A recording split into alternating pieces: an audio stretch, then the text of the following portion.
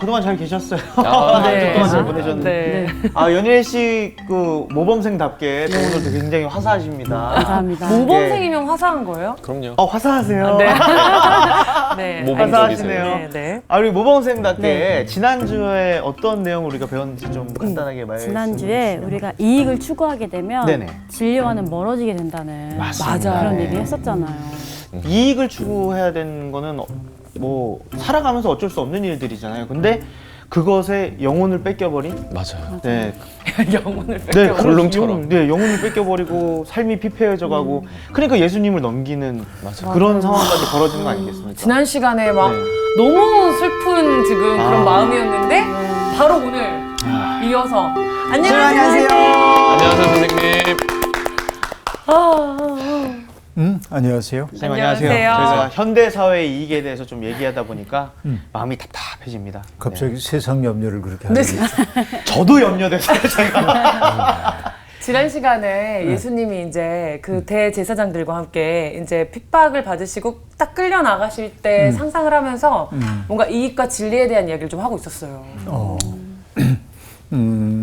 이익과 진리. 네. 네.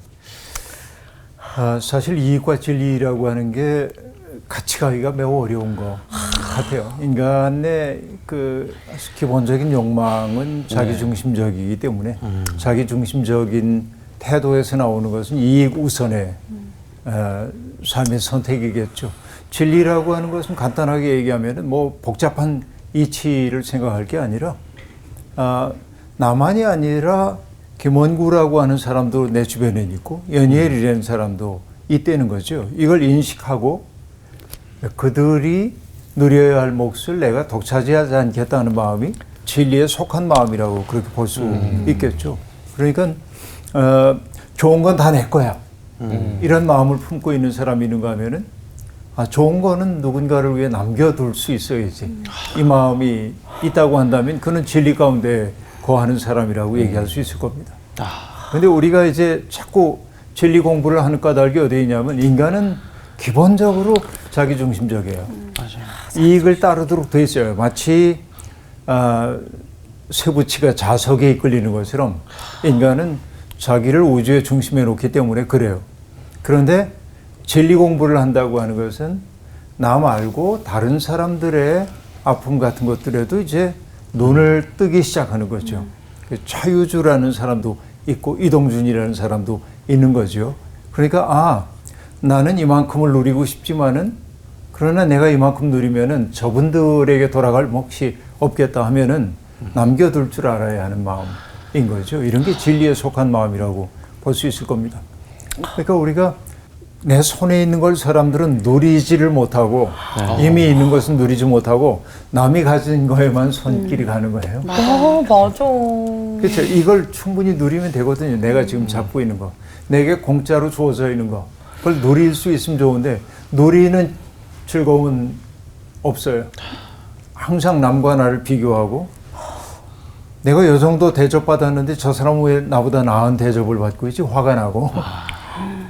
나는 이럴 만한 자격이 있다고 생각하는데 자격도 부족해 보이는 저 사람이 나보다 더 많은 걸 누려? 와, 이거 못 견디겠네? 이런 마음들. 예. 이게 이제 그 소위 능력주의 사회가 만들어내고 있는 디스토피아적인 모습입니다. 예.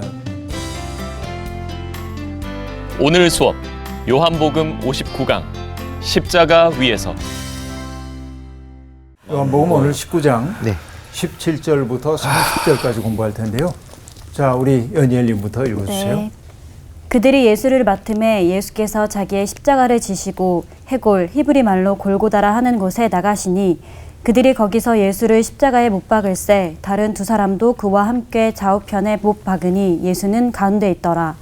빌라도가 패를 써서 십자가 위에 붙이니 나사렛 예수 유대인의 왕이라 기록되었더라. 예수께서 못 박히신 곳이 성에서 가까운 고로 많은 유대인이 이 패를 읽는데 히브리와 로마와 헬라 말로 기록되었더라. 유대인의 대제사장들이 빌라도에게 이르되 유대인의 왕이라 쓰지 말고 자칭 유대인의 왕이라 쓰라 하니 빌라도가 대답하되 내가 쓸 것을 썼다 하니라. 군인들이 예수를 십자가에 못 박고 그의 옷을 취하여 네 깃에 나눠 각각 한 깃씩 얻고 속옷도 취하니 이 속옷은 호지 아니하고 위에서부터 통으로 짠 것이라. 군인들이 서로 말하되 이것을 찢지 말고 누가 얻나 제비 뽑자 하니 이는 성경에 그들이 내 옷을 나누고 내 옷을 제비 뽑나이다. 한 것을 응하게 하려 함이로라. 군인들은 이런 일을 하고 예수의 십자가 곁에는 그 어머니와 이모와 글로바의 아내 마리아와 막달라 마리아가 섰는지라. 예수께서 자기의 어머니와 사랑하시는 제자가 곁에 서 있는 것을 보시고 자기 어머니께 말씀하시되 여자여 보소서 아들이니이다 하시고 또 그 제자에게 이르시되 보라 내 어머니라 하신대 그때부터 그 제자가 자기 집에 모시니라. 그 후에 예수께서 모든 일이 이미 이루어진 줄 아시고 성경을 응하게 하려 하사 이르시되 내가 목마르다 하시니 거기 신 포도주가 가득히 담긴 그릇이 있는지라 사람들이 신 포도주를 적신 해면을 우슬초에 메어 예수의 입에 대니 예수께서 신 포도주를 받으신 후에 이르시되 다 이루었다 하시고 머리를 숙이니 영혼이 떠나가시니라. 네. 예수님이 처형당하시는 그런 장면에 우리가 이르게 되었습니다. 17절은요. 그들이 예수를 맡음에 이렇게 시작되고 있는데 16절과 밀접한 관계가 있습니다. 이에 예수를 십자가에 못 박도록 그들에게 넘겨주니라 라고 하는 말이죠. 넘겨주니라 라고 하는 말과 그들이 예수를 맡음에 라고 하는 말은 연속성상 속에 있음을 우리가 볼 수 있습니다. 그런데 매우 흥미로운 대목은 뭐냐면 예수께서 자기의 십자가를 지시고 해골이라 하는 곳에 나가시니 이렇게 얘기하죠. 여러분 뭐 이상한 거 못 느꼈어요? 그죠? 자기가 직접 처음에는 물론 예수님이 당신의 십자가를 지고 가시죠. 네. 그런데 공간복음서에 의하면 예수님이 자꾸 넘어지셔요. 네. 기력이 딸려가지고. 그래서 누가 대신 지게 되죠? 고레네 시몬이 이걸 짊어지잖아요. 네. 그런데 여기에서는 시몬에 대한 이야기는 아예 안 나옵니다. 네. 오로지 예수님이 십자가를 지고 골고다 언덕까지 오르신 것으로 그렇게 되어 있습니다. 그죠? 네. 왜 그럴까요? 예수님의 시점으로만 표현을 한 건가요? 예수님의 시점으로. 네. 자, 이 요한복음서가 기록될 당시에 예수님을 이상하게 전하고 있는 이단자들이 등장을 했습니다. 그 이단자들의 이름을 뭐라고 하냐면은 가현설주의자 그렇게 말하는데 가현설주의자. 네. 이렇게 말하는데 이걸 이제 도케티즘이라고 얘기를 해요. 이게 가짜라는 뜻이에요. 가짜. 어떤 얘기냐면 현재. 하나님이 육체를 입는다고 하는 건 있을 수가 없는 일이다. 이 사람들은 이렇게 생각을 합니다. 그러니까 예수 그리스도가 이 세상에 오셔서 인간의 몸을 입었다고 하는 것은 허위이고 그분은 인간의 몸을 입은 채 했을 뿐이다. 이런 그 이단자들이 있었어요. 영지주의 이단이라고 우리가 얘기하는데 여기에 도케티즘이라고 얘기하고 있는데 도케인 뭐 C로 써도 됩니다만 도케인이라고 한다는 무엇인 듯하다. 그러니까 예수님은 아주 그럴싸하게 인간의 모습을 입고는 있었지만은 사실은 참 인간은 아니었다. 이런 이단자들이 등장하게 되었던 겁니다. 이게 도케티즘 가현설주의자인데요. 그래서 여러분 뭐뭐인 듯하다 하니까 도케시스 하면 유령이라는 뜻이 있기도 한데 그러니까 예수님은 뭔가 유령 같은 존재라는 거예요. 이게 이제 가현설적 이단이라고 볼 수 있습니다. 그러니까 예수님이 십자가에 처형당하고 돌아가셨지만 그렇게 증언되고 있지만은 하나님의 아들이신 분은 죽을 수가 없기 때문에 죽은 척 했다. 이렇게 주장하는 사람들이 이 그 가현설주의자들 가운데는 있었다 하는 얘기입니다. 그 때문에 예수님은 죽을 수가 없었기 때문에 십자가에 처형당한 것은 예수님이 아니라 살짝 누구로 바꿔치기 된 거다. 이렇게 주장하는 사람들이 있었어요. 이게 이제 문제이죠. 그 때문에 요한복음은 그런 이단자들에 대처하기 위해서 아까 누구라고 그랬죠? 대신 짊어진 것이? 시몬. 시몬. 고레뇨 시몬이라고 하는 사람이 넘어지는 예수님을 대신해서 십자가를 졌다고 얘기하잖아요. 그 얘기를 싹 빼고 예수님이 당신의 십자가를 지고 끝까지 가신 거로 얘기를 하고 있어요. 이 도케티즘 이단들에게 저항하기 위해서입니다. 이 얘기는 이제 조금 이따 더 나오게 될 텐데요. 그런데 예수님이 가신 곳이 어디냐면은 해골이라 하는 곳에 가셨다 하고 말합니다.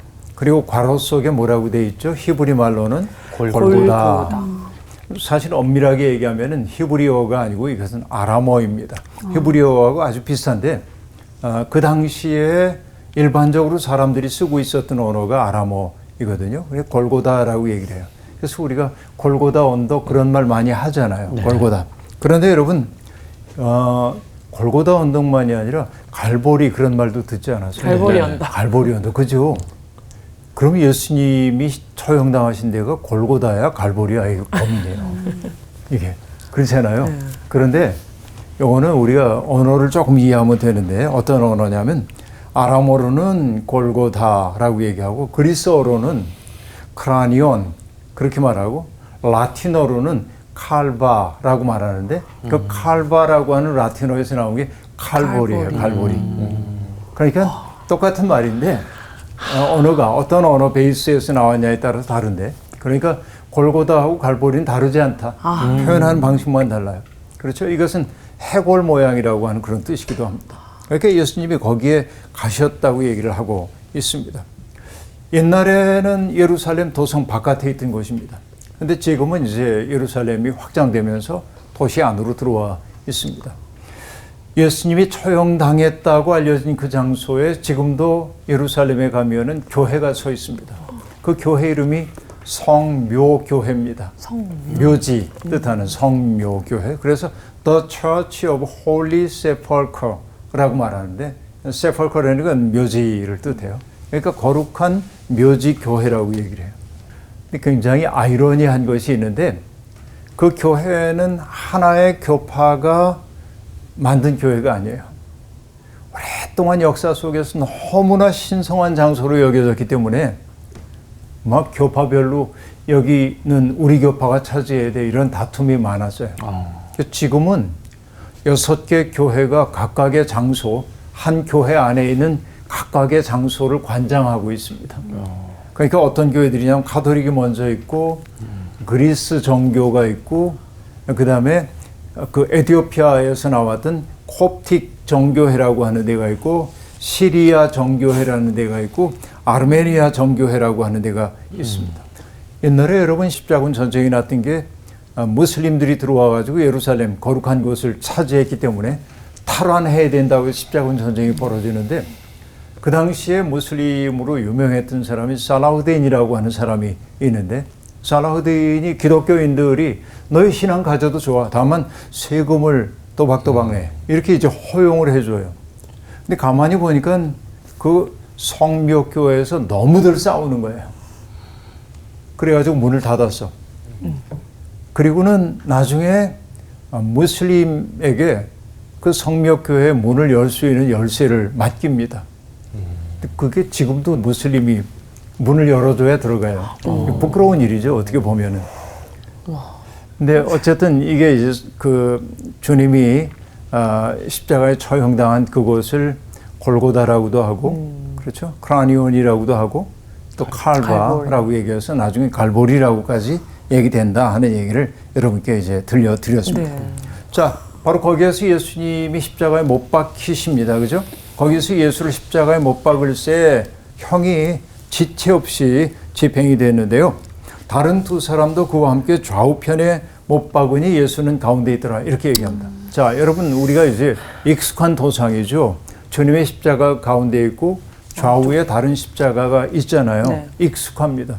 익숙하기 때문에 질문을 안 해요. 당연한 거로.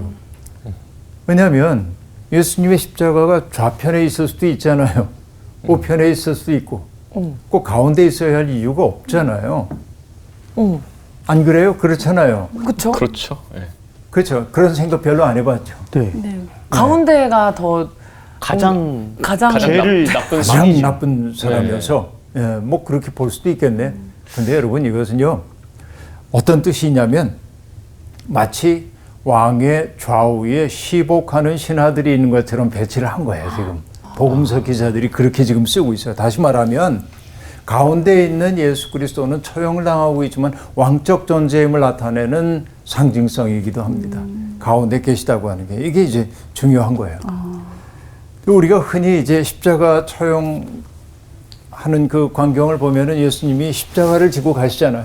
근데 실제로 이 그 처형당하는 사람들이 지고 가는 것은 이제 이렇게 가로목과 세로목이 있으면은 세로목은 형장에 이미 마련되어 있고 이 횡목을 짊어지고 가는 거로 그렇게 되어 있습니다. 이게 이제 처형의 하나의 방식이라고 얘기할 수 있겠는데요. 아무튼 주님은 그렇게 이제 짊어지고 가는데 예수님은 그래서 어쨌든 못 박힙니다. 그런데 빌라도가 패를 써가지고 거기에 십자가 위에 붙였어요. 이렇게 붙입니다. 나사렛 예수 유대인의 왕이라 이렇게 기록을 했다고 얘기합니다. 사실 로마는 처형당하는 사람의 목이나 몸에다가 죄목을 부착하곤 했습니다. 마치 옛날에 정치 깡패 이런 사람들 이제 목에다가 나는 뭐 깡패입니다 이렇게 써붙이고 조리돌림을 당했던 것처럼 중국에서 문화혁명이 일어났을 때 문인 같은 사람들이 이렇게 목에다가 팻말 걸고 아주 그 사람들 앞에 부끄러운 아주 취급을 당하도록 만들었던 것처럼 목이나 몸에다 부착을 하는데 예수님은 십자가 위에 명패를 붙였다고 이렇게 얘기하고 있고요. 먼저는 출신, 이름, 죄목을 달고 있는데 출신은 나사렛, 이름은 예수, 죄명은 유대인의 왕으로 행세했다 이런 얘기입니다. 그러니까 빌라도는 이 명패를 통해서 예수의 죄목이 무엇인지를 보여주고 있는데 예수님의 죄목이라는 건 빌라도 스스로가 정한 죄목이 아니라 바로 유대교 지도자들이 예수를 모함하기 위해 만든 별명이라는 사실을 넌지시 여기에 비춰주고 있고요. 그 다음에 동시에 유대인의 왕이라고 씀으로써 어떤 효과를 누리고 있냐면 유대인의 왕이라고 하는 존재가 이 로마의 무력 앞에 얼마나 무력한가를 봐라라고 하는 일종의 시위이기도 합니다. 그렇죠. 그러니까 자기의 정치적 목적 달성하는 거예요. 까불지 마 이런 얘기예요. 너희들이 왕이라고 얘기하는 그 존재가 이렇게 무력하게 죽임당했어.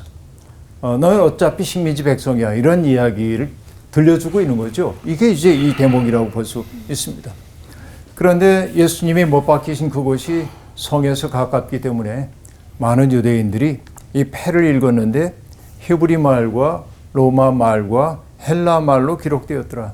그 당시에 예루살렘에 와 있었던 사람들, 거기에 원래 살고 있던 사람들은 히브리 말, 여기 사실 아람어이겠습니다만은 아람어 같은 말들, 또 그리스 세계에서 온 지식인들은 헬라 말들, 로마 사람들은 로마어를 썼을 텐데, 그러니까 예루살렘에 와 있는 누구라도 보고 알아볼 수 있도록 세 가지 말로 썼다라고 얘기합니다. 바로 예수 그리스도의 죽음 사건이 국제적 사건임을 보여주는 거예요. 다양한 말로 기록됨으로써. 그렇죠. 그러니까 십자가에서 벌어진 그런 일들은 아주 다양한 상징성을 안고 있다 이렇게 볼 수 있습니다. 근데 유대인의 제사장들이 마음이 불편해요. 왜냐하면 유대인의 왕 그러니까 마음이 좀 껄쩍지근한 거죠. 그래서 찾아옵니다. 빌라도에게 말합니다. 유대인의 왕이라고 쓰지 말고 앞에다가 한 글자를 넣어달라는 거예요. 자칭 유대인의 왕. 그렇죠? 못된 짓 획책하던 사람이 죽임당하는 것처럼 그렇게 꾸미고 싶어 하는데 빌라도가 거절합니다. 내가 쓸 것을 썼다라고 얘기합니다. 내가 쓴 것은 이미 쓴 것이요. 더는 양보할 수 없어. 밀리지 않겠소. 이런 얘기입니다. 그러니까 유대교 지도자들은 빌라도의 손을 빌어 자기들의 목적을 달성했지만은 그러나 자기들이 조롱거리로 변했다는 사실을 씁쓸하게 받아들일 수밖에 없는 상황입니다. 그리고 말합니다. 군인들이 예수님을 십자가에 못 박고 그의 옷을 취하여 4조각을 내요. 겉옷을. 그래서 제비를 뽑아가지고 한 몫씩 나누어 갔습니다. 그리고 속옷은 그렇죠. 그것은 호지 않았다고 얘기하니까 통으로 짠 옷인데, 그러니까 맨몸에 바로 입는 옷이 바로 속옷인데, 그 옷은 자르지 않고 제비를 뽑아가지고 나눠 가졌다고 얘기합니다. 이 얘기는 지금 뭘 얘기하냐면 십자가에 처형당한 예수님이 옷을 걸치고 있지 않다는 얘기예요.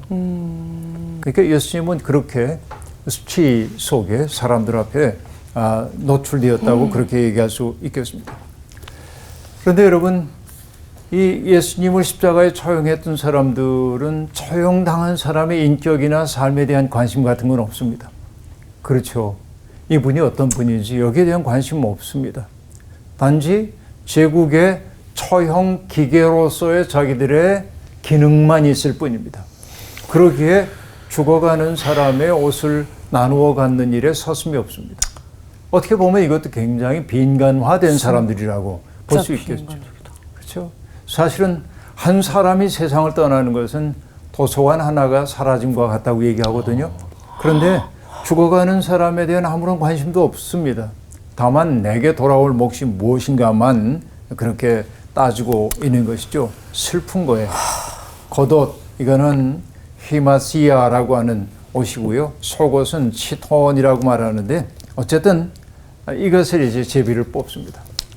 나는 예수님의 처형당하는 이 대목을 읽을 때마다 박두진 선생님의 갈보리의 노래라고 하는 시가 언제나 떠올라요. 습관처럼. 갈보리의 노래 두 번째 노래에서 선생님은 이렇게 노래하고 있습니다. 마지막 내려덮는 바위 같은 어둠을 어떻게 당신은 버틸 수가 있었는가? 뜸을 같은 치욕을, 불붙는 분노를, 에어내는 피해를, 물새 같은 고독을 어떻게 당신은 견딜 수가 있었는가? 꽝꽝 쳐 못을 받고 창끝으로 겨누고 채찍질에 때리고 입맞추어 배반하고 매어달아 죽이려는 어떻게 그 원수들을 사랑할 수 있었는가? 시의 한 부분만 읽었습니다마는 이 시를 읽을 때마다 가슴이 무너지는 것 같은 그런 느낌이 듭니다. 그렇죠. 어떻게 바위 같은 그 어둠을 어떻게 견디셨어요, 주님? 그 치욕을, 분노를, 비애를, 고독을 어떻게 견디실 수 있었냐고 그렇게 이제 노래를 하고 있습니다. 주님은 그렇게 처형당하셨어요. 요한은 그 다음 장면을 보여줍니다. 예수의 십자가 곁에는 그 어머니와 이모와 글로바의 아내 마리아와 막달라 마리아가 섰는지라. 여러분, 공통점이 하나 있죠? 뭐예요? 이분들이 다 여성들이에요. 남성들은 아무도 없어요. 남성 제자들은 지금 하나도 없습니다. 언급된 사람 가운데. 그렇죠. 어머니, 이모, 그리고 글로바의 아내 마리아. 마리아는 흔한 이름이죠. 근데 여러분, 이 글로바라고 하는 이름은 성경에 한 번 더 등장하거든요. 그 글로바라고 하는 사람이 누구냐면 예수님이 부활하신 후에 엠마오로 가는 제자들과 동행을 하시는데 그때 동행했던 사람 가운데 하나가 글로바라고 해요. 그러니까 아마 엠마오로 가는 도중에 동행했던 게 글로바 부부였을 가능성이 있어요. 그렇죠? 그렇게 이제 우리가 봐야 하는데, 근데 글로바의 아내라고 얘기하고 있고, 그 다음에 막달라 마리아라고 얘기합니다. 이 대목에서 뭔가 좀 느껴지는 게 없습니까, 여러분? 남성들은 다 어디 간 거예요? 어디 갔어요? 어디 간 거예요? 도망가지 않았을까요? 도망갔겠죠, 몰라요. 같이 네. 싸잡아서 처형당할 거예요. 네. 죽을까 봐. 여성들은 왜 여기 와 있죠? 이게 이제 우리가 이제 던져야 할 질문 가운데 하나입니다. 이게 싸잡아서 뭐 남성, 여성 이렇게 구별할 수는 없는데 이 남성들, 예수의 제자들에게 중요한 건 대의 같은 게 중요해요. 우리가 이제 메시아의 통치 속에 동참하고 뭐 우리가 여기 예루살렘에 올라가면 누가 높은 자리에 올라갑니까? 이게 이제 관심사항이에요. 그런데 십자가는 그 모든 꿈의 좌절처럼 느껴져요. 그러고 나니까는 꿈이 사라진 자리에 남는 것은 잿빛 한 멸밖에 없는데, 그러니까 예수로부터 멀어진 거예요, 마음으로. 게다가 두려워요. 두려움이 사로잡아요. 근데 이 여성들은 뭐냐면은 예수님을 그렇게 대의에 동참했다기보다는 예수 그리스도의 존재 그 자체가 주고 있는 그 강력한 힘에 끌렸던 사람들인 경우가 대부분이란 말이에요. 그러니까 여러분, 이 여성들은 예수를 차마 버릴 수가 없었어요. 내게 위기가 다가온다 할지라도. 그러니까 세상은 누군가를 끝내 지키고 싶어하는 사람들, 때로는 지켜내지 못해 아파하는 사람들을 통해 조금씩 정의의 방향으로 움직이는 것 같아요. 그래서 여러분, 우리가 괴테가 얘기하듯이 영원한 여성성이 인류를 구원한다라고 얘기를 했는데, 그때 이때 여성성이라고 하는 것은 남성과 여성이라고 하는 그 남녀로 구분을 할 때 그 얘기하는 게 아니고, 여성성으로 우리가 흔히 얘기하고 있는 공감하고 아파하고 슬퍼하고 누군가의 곁에 끝끝내 있어 주려고 하는 그 마음이 세상을 구한다고 하는 그런 얘기로 들립니다. 그죠? 그러니까 이 십자가 아래 이 여성들만이 이렇게 있었다는 얘기죠. 근데 예수님이 자기 어머니와 사랑하시는 제자가 있어서 거기에 이름을 얘기하지 않고 있습니다. 기독교 전통은 이것이 바로 요한이라고, 복음사가인 요한이라고 전통은 오랫동안 얘기를 해오고 있습니다.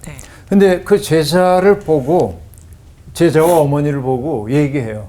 어머니께 말씀합니다. 이렇게 얘기해요. 여자여 보소서 아들이니이다. 이상하지 않아요? 어머니, 그럼 좋을 텐데 어머니라고 안 해요. 여자라고 얘기를 합니다. 이상하죠? 왜 이럴까? 근데 여러분, 요한복음 2장의 가나의 혼인잔치 이야기에서도 우리가 봤을 때 여자요, 이 일이 당신과 무슨 상관입니까? 이렇게 얘기했던 적이 있어요. 예수님은 똑같은 얘기를 씁니다. 나중에 부활하신 주님이 마리아를 만날 때도 처음에는 마리아야 안 그래요. 여자요 그러거든요. 맞아요. 자, 이런 얘기는 조심스럽긴 하지만은 어떤 의미냐면 지금 벌어지고 있는 이 일이 사적 인간 관계 속에 벌어지는 일로 보지 말라고 하는 얘기야. 이게 하나님의 뜻 안에서 벌어지고 있는 새로운 가정이 출현하고 있는 거예요. 그러니까 그 예수님이 미쳤다는 소문을 듣고 어머니와 형제들이 찾아왔을 때 주님이 하셨던 말씀이죠. 누가 내 어머니며 내 형제냐. 아버지의 뜻대로 행하는 사람이 내 형제라고 얘기를 한 바가 있습니다. 새로운 가족 관계죠. 그러니까 주님의 죽음, 이 죽음을 통해서도 사적인 슬픔으로 이것이 그냥 남아서는 안 되는 거예요. 그러니까 그곳에서도 주님은 뭐냐면 새로운 인류를 만들고 계신 거예요. 그러니까 여기 이제 아들을 잃고 슬퍼할 수밖에 없는 한 여인이 있어. 내 사적 어머니이기도 하지만은 오고 가는 모든 세대에 그런 슬픔을 당하고 있는 그 많은 어머니들의 모습이 마리아 속에 투영되고 있어요. 그래서 여자요 그러는 거예요. 지금 내 어머니하고 얘기하면 둘과의 관계로만 국한될 수가 있어요. 그런데 바로 슬픔을 당하고 있는 그 어머니의 모습은 오고 가는 모든 세대에 슬픔을 당하는 어머니의 원형이기도 하단 말이죠. 그러니까 여자요라고 얘기를 했고, 사랑하는 제자를 또 부르시고, 그래서 보라 내 어머니다, 보십시오 당신의 아들입니다. 그렇죠. 피 한 방울 섞이지 않았지만은 뜻 안에서, 하나님 안에서 살아가는 그 뜻 안에서 우리가 어떻게 혈연 이상의 사랑의 관계를 유지할 수 있겠는지를 보여줘요. 예수님은 처형당하는 그때도 마지막까지 당신이 세상에서 하셔야 할 일을 지금 하고 계심을 우리가 볼 수 있습니다. 그렇죠? 정말 놀라운 얘기입니다. 그리고는 그 후에 예수님이 모든 일이 다 이루어진 줄 아시고 성경을 응하게 하려 하사 이르시되 내가 목마르다 하십니다. 여러분, 주님은 드디어 부여받은 임무를 끝까지 다 수행을 하셨습니다. 목마르다. 배에서 생수가 솟도록 하셨던 생수의 근원이신 그분이 목마르다라고 말씀하고 계십니다.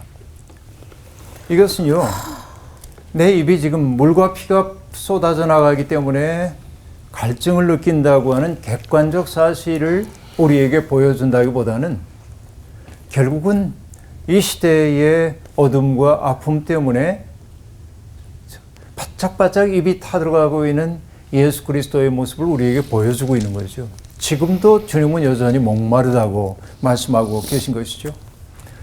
바로 이것이 시편 22편 15절에서 얘기하고 있는, 그렇죠? 목마르다라고 한 그 말을 그대로 구현한 것이라고 얘기를 하고 있습니다. 내 힘이 말라 질그릇 조각 같고 내 혀가 입천장에 붙었나이다. 세상의 불의와 악 때문에, 그렇죠? 세상에 빛을 가져오려고 하는 당신의 그 꿈이 어떻게 조각나고 있는지를 볼 때 시인이 이렇게 노래를 했던 것처럼 주님도 폭력이 만연해 있는 이 세상 속에서, 그렇죠? 여전히 목마르실 수밖에 없음을 보여주고 있습니다. 그러자 목마르다는 소리를 듣고 신 포도주가 가득 담긴 그릇이 있는데 사람들이 신 포도주를 적신 해면을 오슬초에 메어가지고 예수님이 입에다 갖다 댔다, 그렇게 말합니다. 자, 이건 물을 섞어서 묽게한 포도주인데요, 악사스라고 얘기하는데 로마 군인들이, 처형을 담당했던 로마 군인들이 마시는 포도주입니다. 근데 이걸 입에 댔다고 해가지고 예수님 목마름을 해결해 주려는 따뜻한 몸짓, 이렇게 볼 필요는 없습니다. 다만 우리가 봐야 되는 게 뭐냐면 포도주를 적셔서, 해면에 적셔서 어디에 매달았다고요? 우슬초. 우슬초라고 하는 것은 6월절에 반드시 사용하는 식물입니다. 그러니까 우슬초라고 하는 말을 여기 의도적으로 사용했던 까닭은 바로 예수 그리스도가 6월절 어린 양으로 희생당하고 있다는 사실을 넌지시 보여주고 있는 거예요. 그러니까 굉장히 많은 일종의 장치들이 거기에 있다고 말할 수 있겠습니다.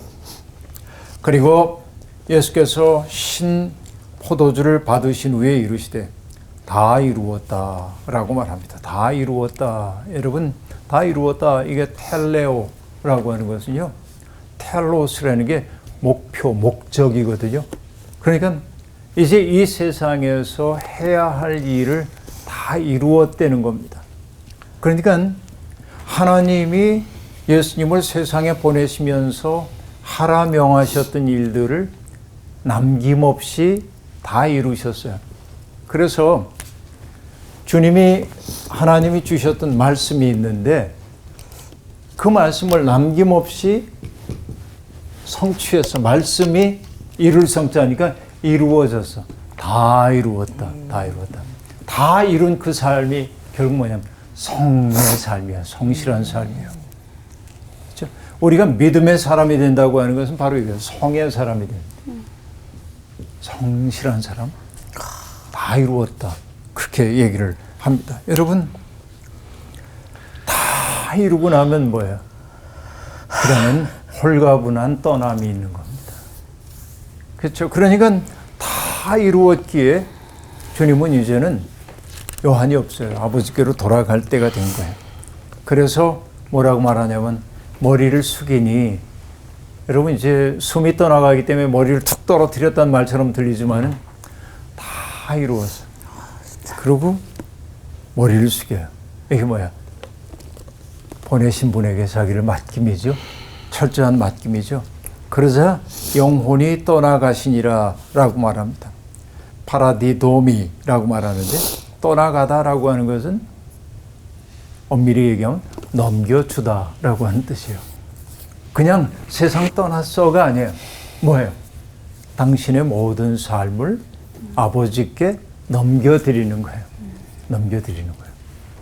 이것이 다른 복음서에서는 어떤 말로 나타나냐면, 넘겨드리는 이것이 아버지 내 영혼을 아버지께 맡기나이다 라고 하는 말로 나타나죠. 여기에서는 고개를 숙이고, 그렇죠? 당신의 영혼을 받아주실 분에게로 넘겨드렸다, 이런 말로 등장하고 있습니다. 바로 이것이 이제 십자가에서 벌어진 사건이죠. 여러분, 놀랍지 않습니까? 우리는 조그만 고통이라도 있으면은 그 고통에 혼통 몰두합니다. 고통 속에 있을 때 세상에 아무것도 안 보여요. 나의 고통만이 보입니다. 근데 주님은 우리 때문에 그런 수치를 당하시고, 그리고 말로 다 할 수 없는 참담한 고통을 겪으시면서도 소명의 마지막 이루기 위해서 여자여 보소서, 당신의 아들입니다. 요한에게도 보라, 내 어머니시라 하고 얘기하므로 믿음 안에서 사람들이 한 가족 되어 공동체를 이루어 서로를 사랑과 존중으로 대하면서 살 수 있는 새로운 세계를 조직하고 있음을 알 수 있습니다. 이것이 예수 그리스도의 위대한 마무리라고 얘기할 수 있겠습니다. 십자가 사건, 이것은 정말로 사건이죠. 주님은 지금도 십자가 위에서 목마르다라고 말씀하십니다. 왜 목이 마를까요? 우리가 시원하지 못해서 그럽니다. 우리가 하나님의 마음속에 시원함을 안겨드리지 못하기 때문에, 우리를 보고 자꾸 답답해 하시기 때문에 내가 지금도 목마르다고 그렇게 말씀하고 계신지도 모르겠습니다. 오늘 우리가 사는 모습이 예수님에게 생수 한 잔 대접하는 삶이면 얼마나 좋겠습니까만, 그렇죠? 충성스러운 일꾼은 주인에게 생수와 같은 사람이라고 말하는데, 우리가 예수 그리스도의 그 목마름을 조금이라도 덜어드릴 수 있는 인생이 된다면 얼마나 좋을까, 그런 생각이 우리에게 들어요. 예수님이 십자가에서 처형당하시는 암담한 상황들을 우리가 봤습니다만, 그 속에서도 요한복음이 우리에게 전하는 것처럼 처참하게 찢긴 몸임에도 불구하고 그 마지막을 비참하게 표현하지 않고 다 이루었다라고 말하고, 그리고 고개를 숙이고 아버지께 당신의 영혼을 맡겨드리는 것으로 끝나죠. 하나님에 대한 절대적 신뢰 속에서 벌어진 일이라고 볼 수 있습니다. 믿음이라고 하는 것은, 믿음은 이해를 넘어설 때가 있습니다. 요한복음엔 등장하지 않지만은 십자가에서 주님이 하셨던 말씀 기억나죠? 아버지, 아버지, 왜 나를 버리십니까? 이해할 수가 없었어요. 하나님의 그 처사를. 답이 있었습니까? 없었습니까? 답이 없어요. 근데 주님이 마지막으로 하셨던 말씀은 뭐죠? 아버지, 내 영혼을 아버지께 맡기나이다. 그렇죠? 이해할 수는 없지만은, 그러나 하나님의 선하심을 믿기 때문에 하나님에게 영혼을 맡겨드려요. 이게 믿음입니다. 진정한 믿음. 주님은 바로 그런 절대적 믿음을 우리에게 보여주고 계십니다. 오늘의 마지막 말, 여전히 목마르다 하시는 주님에게 물 한 잔 대접하는 마음으로 살 수 있을까? 이 고민 함께 나누며 오늘 수업 마치겠습니다. 고맙습니다. 감사합니다. 감사합니다. 와, 오늘 진짜 너무 힘들다. 오늘 되게 예수님께서 처형당하시는 그런 그림들이 묘사가 되면서 좀 차혜주 씨께서도 굉장히 네. 마음에 울림이 오시는 것 같은데, 저는 이걸 보면서 우리가 그 옷가지를 제비 뽑아서 나누어 갖는 그런 군인이 아닌가라는 생각이 들었어요. 이익에 대한 얘기를 우리가 처음으로 시작하면서 네. 무지한 그런 백성들이 아닌가.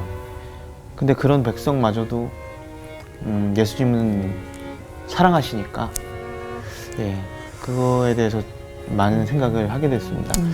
예, 그러니까 이게 참, 우리는 말씀하셨다시피 자신이 조금 고통스러우면 주위가 아무것도 안 보이고 자기 자신의 문제만 파묻히는 것 같은데, 정말, 예, 앞으로 어떻게 하라라고 정확하게 마지막에도 또 말씀하시고 네. 떠나신 듯한, 예, 그런 느낌이 듭니다. 맞습니다. 그래서 오늘의 마무리 그 멘트는 저 저희가 연예일 씨 한 번만 듣고 싶은데. 근데 네. 이제 한참 전부터 네, 계속 되셨기 때문에 알겠습니다. 네, 네. 편집하시겠죠. 네, 오늘 마지막 멘트는 오늘 선생님께서도 정리를 해주셨다시피, 예수님께서 목마르다 하십니다 하면 같이 그분께 시원함을 안겨드립시다 라고 마무리를 하면 좋겠습니다. 오, 순수쟁이. 여러분, 예수님께서 목마르다 하십니다. 그분께 시원함을 안겨드립시다. 아, 그랬구나. 네네. 시원하게.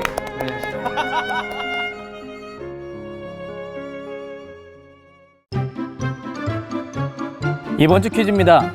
예수님은 천국에 들어가려면 어떤 사람들보다 더 나은 의를 가져야 한다고 하셨나요? 1번 바리새인과 이방인, 2번 이방인과 서기관, 3번 바리새인과 서기관. 정답을 아시는 분은 CBS 성서학당 홈페이지에 정답을 올려주시거나 우편으로 보내주시면 됩니다. 선정되신 분들에게는 대한성서공회에서 발행한 성경 통독을 위한 최고의 자습서 성경 2.0, 성서학당 선생님들의 저서 중 하나를 드립니다.